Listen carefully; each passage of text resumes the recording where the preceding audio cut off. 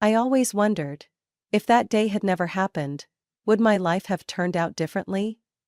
If Dad hadn't looked at me with those worried eyes, if Mom hadn't held my hand so tightly that my fingertips went numb, could I have stayed in those peaceful days forever?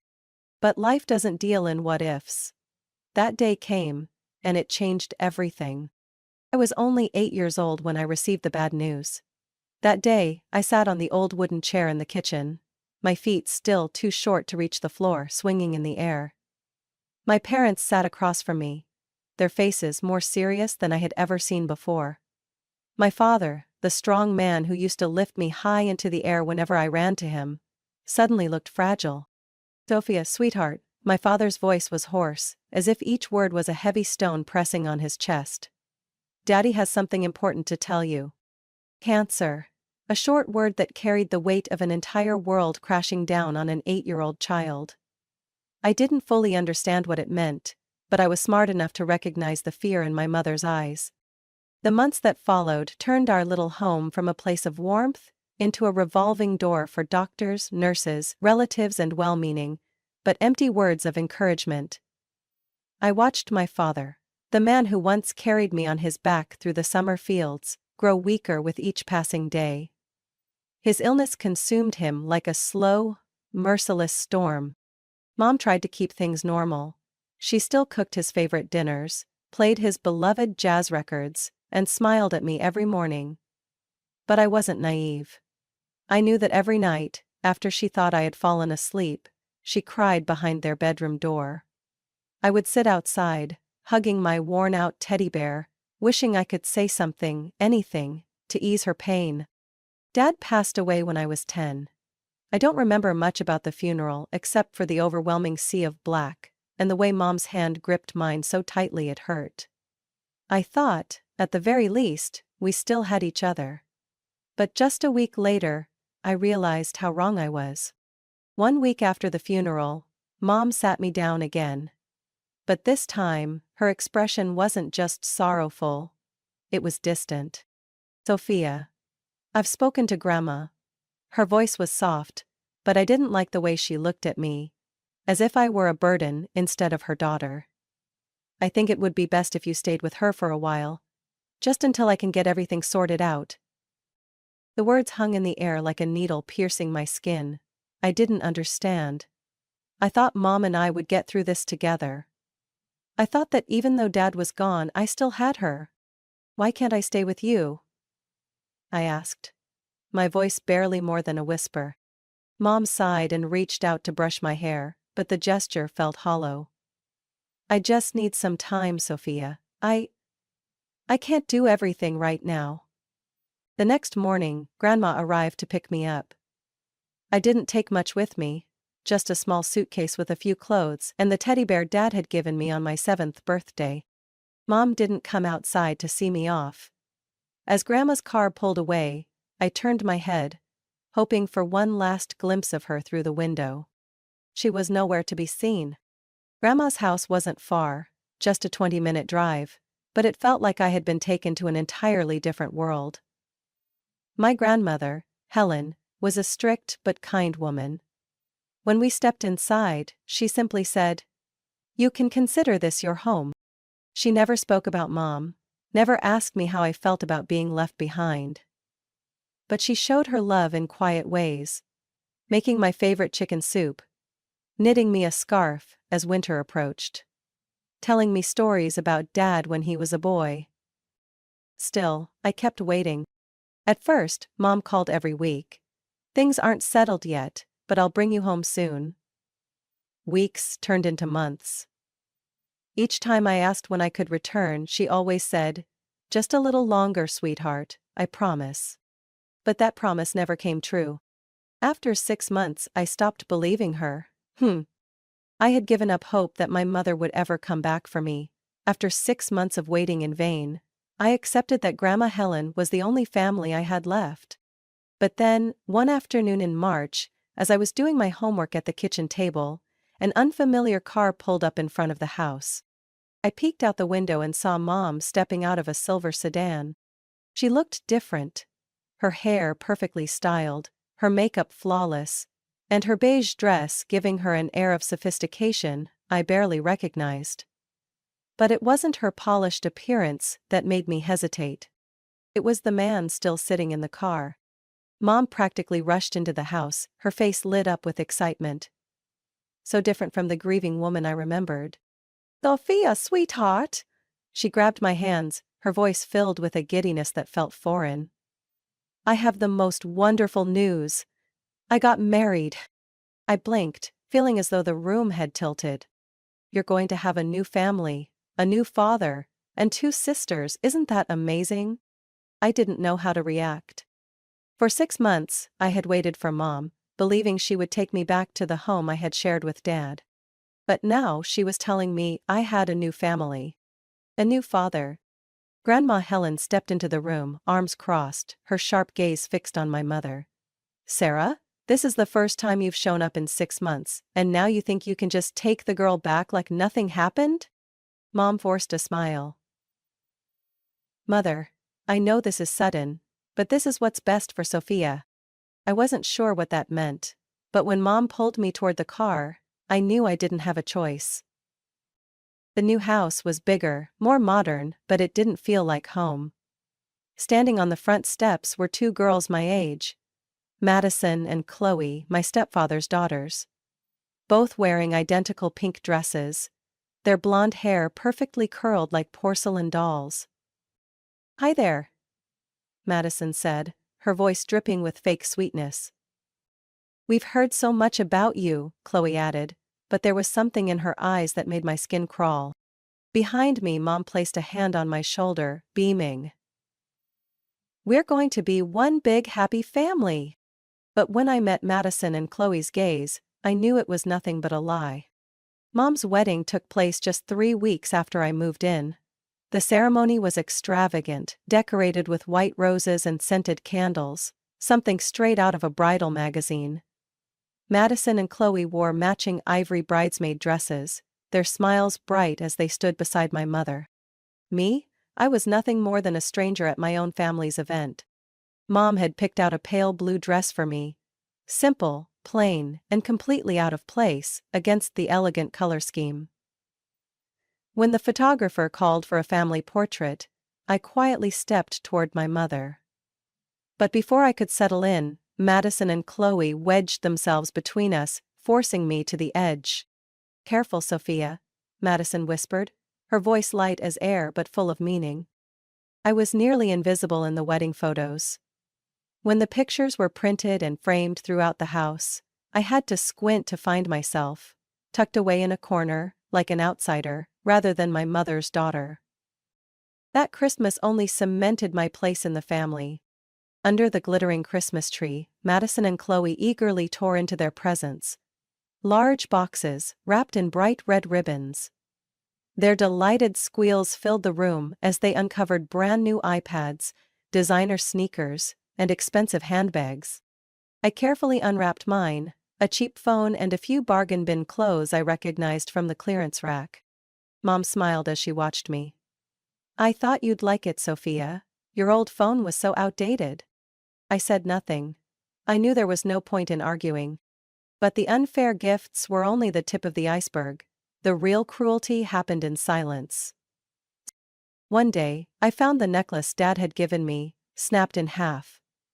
The silver pendant, the only thing I had left from him, lay scratched on the floor of my bedroom. I went straight to Madison, my voice shaking. "Did you do this?" She shrugged, her eyes cold. "If you don't have proof, don't go around accusing people." Then there was the art set Grandma Helen had sent me. It was a special edition. She knew I loved drawing and wanted me to keep pursuing my passion. I found it completely destroyed. The colored pencils were snapped in half, my sketchbook soaked in water, and my drawing paper covered in smeared ink. This time I ran straight to Mom. "Look! They ruined everything!" She sighed, rubbing her temples. "Sophia, don't be so sensitive. Maybe you left them outside and it rained. You can't always blame your sisters." I stood there clutching my ruined sketchbook, tears burning in my eyes. That was when I truly understood. No matter what I did, I would always be an outsider in this house. When Mom announced she was pregnant, the entire family erupted in excitement. Everyone, except me. Robert pulled her into a tight embrace, his face lighting up as if this was the greatest thing that had ever happened to him. Madison and Chloe squealed, giggling as they gushed about how fun it would be to have a little brother or sister. I sat quietly, feeling more pushed aside than ever. 9 months later, Noah was born, a beautiful baby boy with soft brown hair and bright blue eyes, just like Robert. And just like that, the entire house revolved around Noah. Mom almost completely forgot I existed. 3 weeks after Mom was discharged from the hospital, they called me into the living room. Mom sat on the couch, cradling Noah in her arms, her eyes soft with affection, as if he were the only thing that mattered in her world. Robert sat beside her, nodding along to every word she said. Madison and Chloe stood behind them, arms crossed, waiting for what was about to unfold. "Sophia, we need to talk." I had a bad feeling, but nothing could have prepared me for what came next. "Now that Noah is here, we need to reorganize the space in the house," Mom said. Robert chimed in. "Your room is the best option for the baby. It's close to our bedroom, and there's plenty of space for his crib and all his things." I clenched my fists. "Then where am I supposed to sleep?" Mom smiled, as if she had already rehearsed the answer. "You'll share a room with Madison and Chloe. It'll be a great opportunity for the three of you to bond." I let out a sharp laugh. One that carried no humor. "No. This is my room." The room fell into silence. I met Mom's gaze, head on. This house belonged to my dad. He bought it. He built a life here. Robert and his kids have no right to push me out of my own room. Mom's expression darkened. "Sophia, don't be disrespectful. Robert is my husband, and he's your stepfather. We are a family." Robert folded his arms, his voice cold. "You're being selfish, Sophia. We've all made sacrifices for this family, and you can't even give up a room for your little brother?" Madison smirked. Chloe whispered something into her ear, and the two of them giggled mockingly. I felt like I was being pushed to the edge of a cliff with no one to hold on to. Mom looked at me, her eyes glistening as if she were the one being hurt. "I'm really disappointed in you." I swallowed the lump in my throat. "Then consider me gone." After that day, no one spoke to me again. Mom stopped calling me down for breakfast. Robert passed by me as if I didn't exist. Madison and Chloe didn't taunt me anymore. Because to them, I wasn't even worth acknowledging. I used to think their cruel words were the worst thing they could do to me. But I was wrong. Silence was far worse. 3 days. That's how long they all went without saying a single word to me. No snide remarks from Madison or Chloe. No fake concern from Mom. No disapproving lectures from Robert. They had erased me completely from their lives. And it was time I did the same. That night, as laughter echoed from the living room, their laughter, a perfect little family that no longer included me, I reached for my phone and dialed the only number of someone who still cared. Grandma Helen picked up on the first ring. "Sophia." Her voice was warm, concerned. I tried to hold back my tears but failed. "Grandma, I can't stay here anymore." 15 minutes later, the headlights of her old car shone in the driveway. I looked out the window and saw her standing there, firm and unwavering. Without hesitation, I threw a few clothes and my old teddy bear into a backpack and headed downstairs. Mom and Robert spotted me as I walked toward the front door. "Who do you think you're doing?" Mom asked, her voice sharp as if she had only just remembered I existed. I zipped up my bag and took a deep breath. "I'm leaving." Mom blinked, perhaps not believing that I had actually said those words. Robert crossed his arms, irritation flickering in his eyes. "Where do you think you're going? This is your home." I turned to look at Mom. "No, you took it away from me a long time ago." No one stopped me as I walked out the door. Grandma Helen pulled me into a tight hug before helping me into the car. As we drove away from that street, I didn't look back. 2 weeks later, Grandma Helen placed a stack of papers in front of me. If you want, I can legally adopt you. But this is your decision, Sophia. You have the right to choose. For the first time in years, I felt like I had control over my own life. Without hesitation, I picked up the pen and signed my name. Mom didn't object. She signed the papers without hesitation, without even a moment of reluctance. The day I returned to the old house to collect the last of my belongings, my room had already been transformed into Noah's nursery. The walls were painted a soft blue. My bed was gone, and every trace of me had been erased. I shut the door and walked straight to Grandma's car without looking back. From that moment on, I was no longer Sarah's daughter. Life with Grandma Helen was like a breath of fresh air after years of suffocating in my mother's house. Every morning she woke up early to make breakfast for me, always placing a warm glass of milk next to my plate of pancakes. In the evenings, we sat at the kitchen table together. She knitting, me doing my homework. We didn't always talk much, but her presence alone made me feel safe. She never asked about Mom, and I never brought her up again. I focused on school. No more Madison, no more Chloe, no more Robert looking at me like I was a burden. I had space to breathe, to grow, to rediscover myself. Grandma encouraged me every step of the way, helped me study, and even attended parent-teacher meetings that Mom never bothered with. When I received a partial scholarship to New York State University, she cried tears of pride. "I always knew you could do it," she said, hugging me so tightly I could barely breathe. The summer before I left for college, she handed me a savings book. "I've been putting this aside since the day you came here. It's not much, but it's enough to give you a solid start." I opened it and nearly gasped. The amount was enough to cover my living expenses for all 4 years of college. "Grandma, why would you do this?" My voice broke. She smiled warmly. "Because you deserve a good future, Sophia." On the day I left for my dorm, she stood on the porch, waving with a bright smile, though her eyes were misty. I knew she would miss me, and I would miss her too. But, for the first time in my life, I didn't feel alone. Mom and the rest of my old family completely disappeared from my life. No texts, no calls, not a single check-in. And I stopped waiting for them.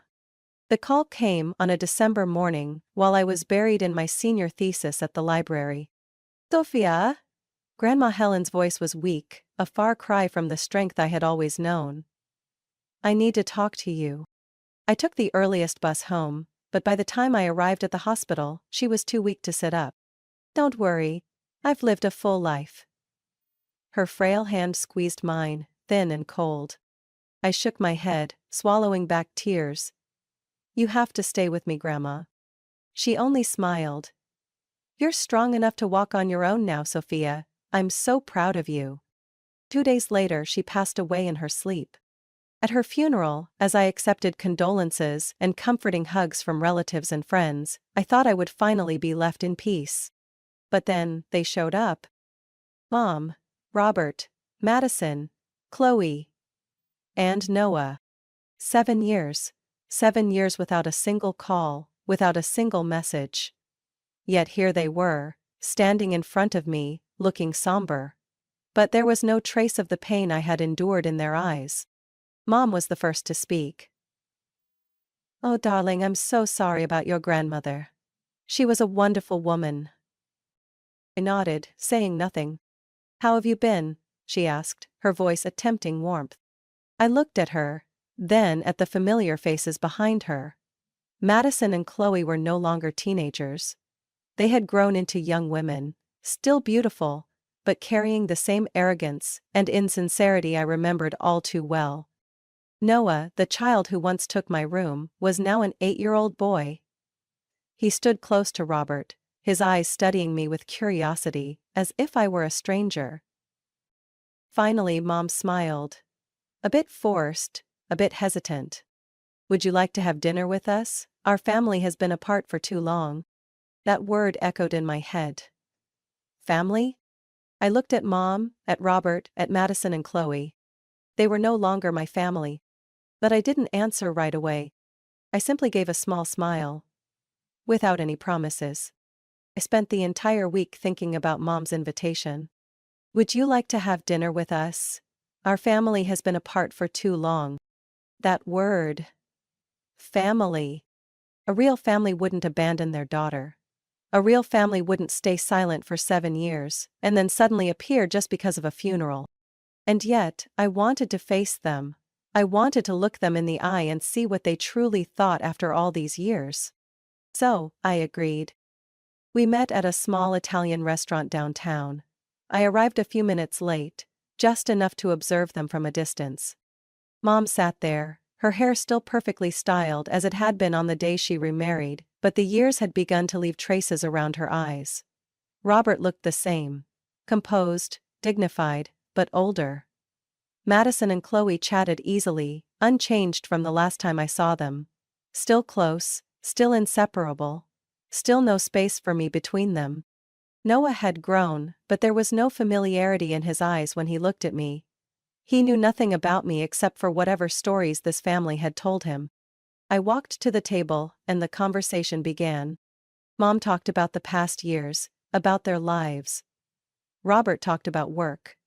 Madison and Chloe shared stories about their travels, their careers. Noah proudly declared that he was the best at math in his class. They talked about so much. But no one asked about me. No one asked how I had lived all these years. No one asked what I had been through, if I was happy, if I was okay. Finally, when dessert was served, Mom placed her hand on the table and looked at me with the same gentle expression I had once longed for. Sophia, I really want to fix things. I'm so sorry for everything that happened. Can we start over? I stirred my coffee slowly, letting the question linger in the air.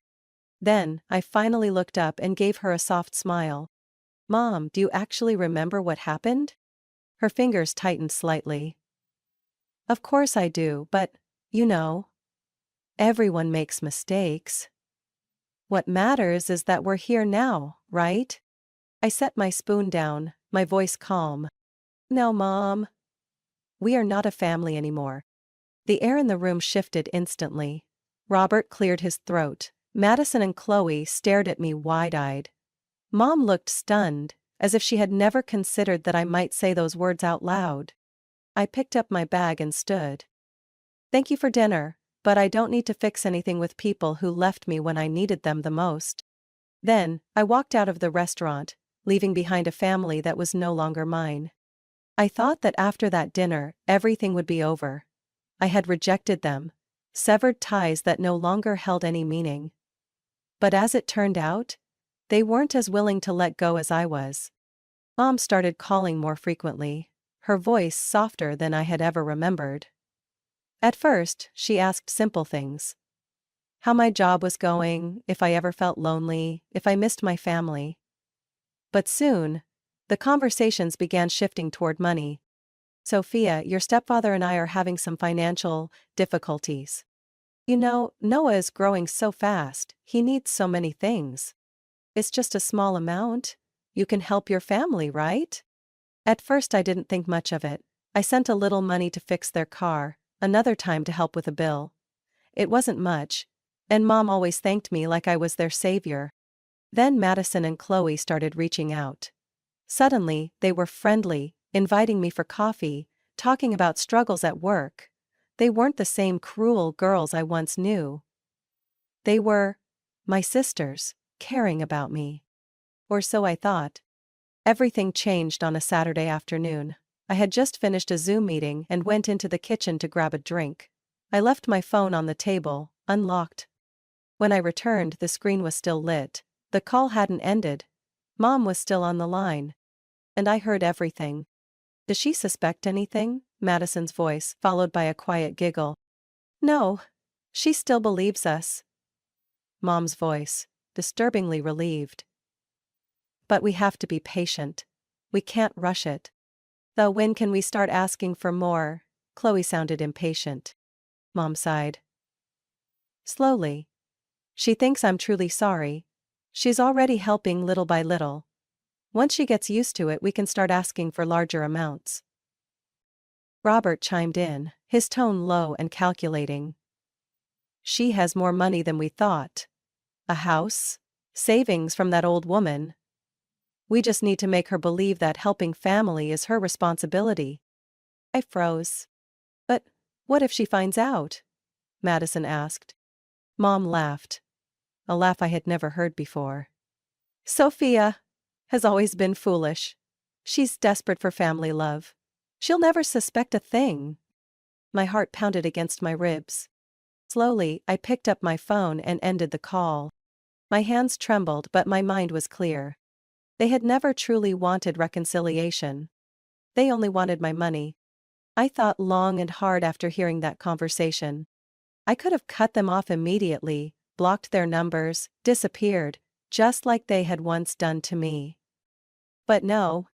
They needed to learn that I was no longer the naive child they thought I was. So I waited. It didn't take long. A few days later, Mom called again, her voice dripping with honey. Sophia, sweetheart, I'm preparing a family dinner this weekend. Everyone wants to see you. You'll come, won't you? I smiled as I spoke, my tone eerily calm. Of course, Mom. I'd love to. When I arrived at my mother's house, everything was just as I expected. A perfectly staged performance. Madison and Chloe beamed at me like they had never tormented me. Noah ran up to hug me, though it was clear he had no real memory of me. Robert sat at the head of the table, nodding at me like a respectable father figure. And Mom, still playing the role of the remorseful mother flawlessly. Dinner unfolded exactly as I predicted. They showered me with compliments, praised me for being mature, for being successful, for thinking about family. Then, just as dessert was served, Mom placed her hand over mine. Her eyes filled with hope. Sophia, I truly hate to ask you this, but... I waited, nodding slightly, pretending to be oblivious. The house is having some plumbing issues, and the roof needs repairs too. We've already gotten a quote, but it's going to cost about... Mom hesitated. $10,000. Madison and Chloe exchanged glances, while Robert slowly set his knife down on his plate, preparing to convince me. I set my glass of water down and looked around the table. Then I smiled. A soft, subtle smile. Yet it was enough to make the atmosphere in the room tense. Silence fell over the table. Mom blinked, as if she hadn't heard me correctly. What did you say? I leaned back in my chair, meeting her eyes. I said no. I won't give you a single cent. Madison slammed her fork down, Chloe frowned in annoyance, and Robert clenched his hands on the table. But Mom still tried to maintain her calm exterior. Sophia, you don't understand, this is... No, Mom, I understand perfectly, I cut her off, my voice no longer soft. I understand that you never actually wanted to make amends. I understand that you and Robert only see me as a source of money. And I understand that all the sweet words from you and my sisters over the past few months were just an act. Mom's face paled. Madison and Chloe's eyes widened. I stood up, placing both hands on the table, staring at them. I heard everything. My voice was steady. The other day, after you called me to ask for $200, you forgot to hang up. I heard you say I was stupid. I heard you call me a puppet you could manipulate. I heard you say that eventually, I'd hand over everything because I was so desperate for a family's love. Mom's mouth opened, but no words came out. Robert gritted his teeth. Madison and Chloe turned red with embarrassment. I shrugged, picking up my bag. But you were wrong. I'm not that child anymore. I turned on my heel and walked away, leaving them sitting there in stunned silence. Mom called after me, her voice shaking. Sophia, you're misunderstanding. Don't do this. We're family. I paused at the door, glancing back briefly. No, Mom, family doesn't treat each other like this. Then I stepped through that door, and never looked back. The next morning, I woke up feeling lighter than I had in years. I owed no one anything anymore. No more fake phone calls, no more honeyed words hiding greed, no more judgmental eyes waiting for me to make a mistake. I looked around Grandma Helen's house. The only place that had ever truly felt like home. The old photographs were still on the walls, the books she loved still neatly arranged on the shelves. But the space felt empty now. It was time to move forward. I called a real estate agent and decided to sell the house. "Are you sure, Sophia?" she asked, sounding surprised.